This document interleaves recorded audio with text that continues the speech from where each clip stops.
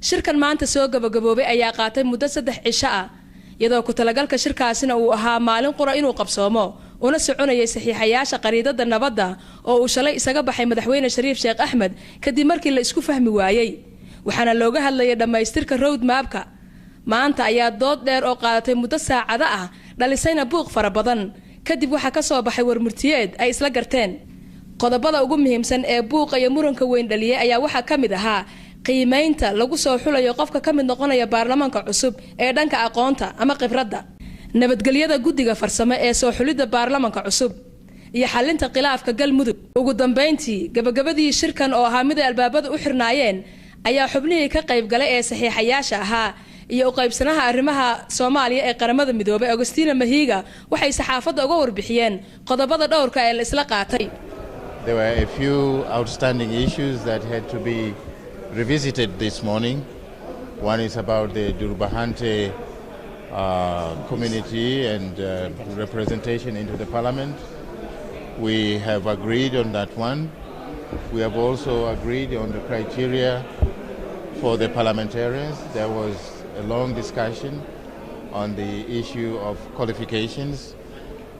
education vis-a-vis experience. We have agreed to combine the two creatively. We have also agreed on strengthening the security and safety of the members of the Technical Selection Committee, but at the same time to give them independence and to enhance their integrity in the decision-making in connection with the selection of the members of parliament. In si maaragtay loo dhameeyo nabad ah wanaagsan oo dadka reer galmudug iyo dastuurka iyo waxyaal madaxweynaha iyo gudoomiyaha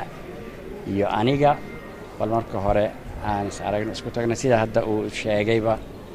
ambassador Mahiga marka arintaas waxa uu waqti ay leedahay dastuur leedahay nidaam leedahay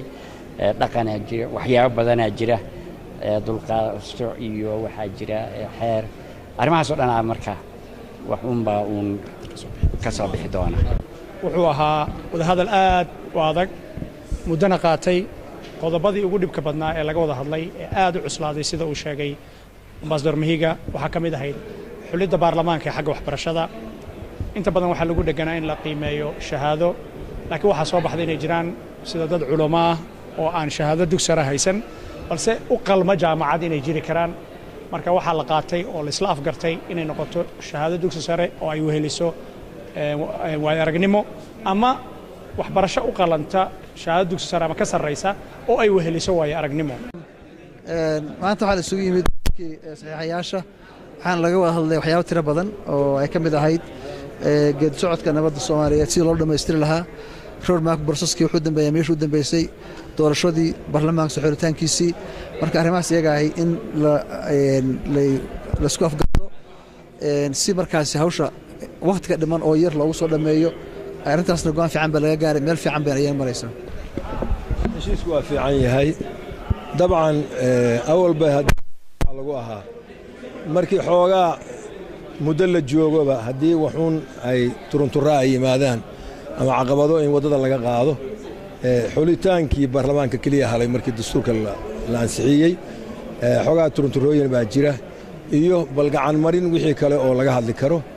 taas baa laga hadlayay dhowrkii maalmood waana dhameeyey waana la isku afkartay insha allahu tacaala xildhibaanaduna waa la soo xuli doonaa muddadii loogu talagalay madaxdiina waa dooran doonaan dowladdiina waa dhalan doontaa bisha August 20keeda madaxweynaha markii la doorto insha Allah. Xamdi Maxamed Kadiye, Universal TV, Nairobi.